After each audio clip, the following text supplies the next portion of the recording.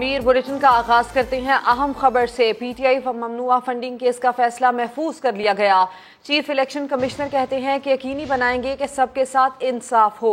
अहम मामला PTI ममनुआ funding case का फैसला महफूज कर लिया गया है। चीफ इलेक्शन कमिश्नर कहते हैं कि यकीनी बनाएंगे कि सबके साथ इंसाफ हो। चीफ इलेक्शन कमिश्नर की जानिब से ये कहा गया है कि जमहूरियत मजबूत बनाना और वोटर्स का एतमाद बहाल करना जरूरी है।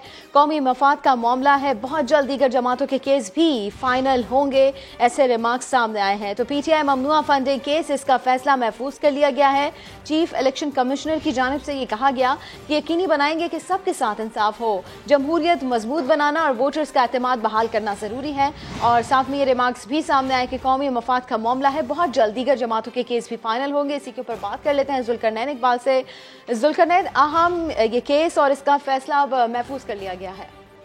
आज बिल्कुल तकरीबन 8 साल लगे सारी कार्रवाई को मुकम्मल होने में। पहले 4 साल तो तरीके साहब इतराज करते रहे स्क्रूटनी कमेटी के ऊपर। 2018 में बिलाकर स्क्रूटनी कमेटी बनी और दिसंबर 2021 में उसकी कार्रवाई मुकम्मल हुई। उसके बाद जनवरी से रवां साल से लेके अब तक इलेक्शन कमीशन ने इसकी समातें की, जिसके बाद बिलाखिर आज ये केस मुकम्मल हो चुका है और इलेक्शन कमीशन ऑफ पाकिस्तान ने तहरीक इंसाफ ममनुआ फंडिंग केस का फैसला महफूज कर लिया। और चीफ इलेक्शन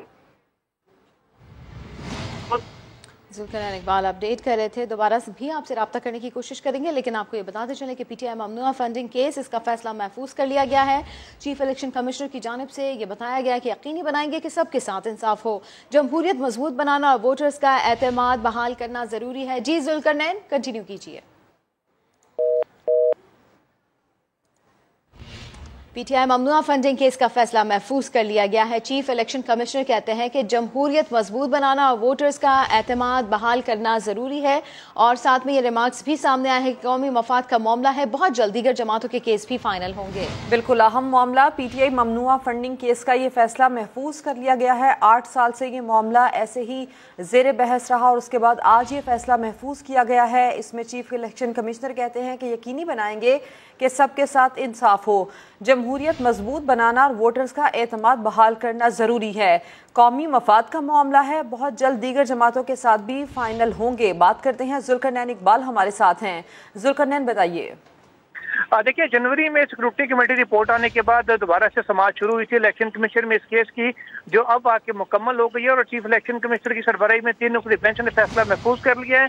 और चीफ इलेक्शन कमिश्नर का ये कहना था, इख्तितामी जो उनके अल्फाज थे, कि फैसला मुनासिब वक्त पर पूरे गौर खौज के बाद सुनाया जाएगा। उन्होंने ये भी कहा कि यकीनी बनाया जाएगा कि तमाम फ्रीकैन के साथ इंसाफ हो।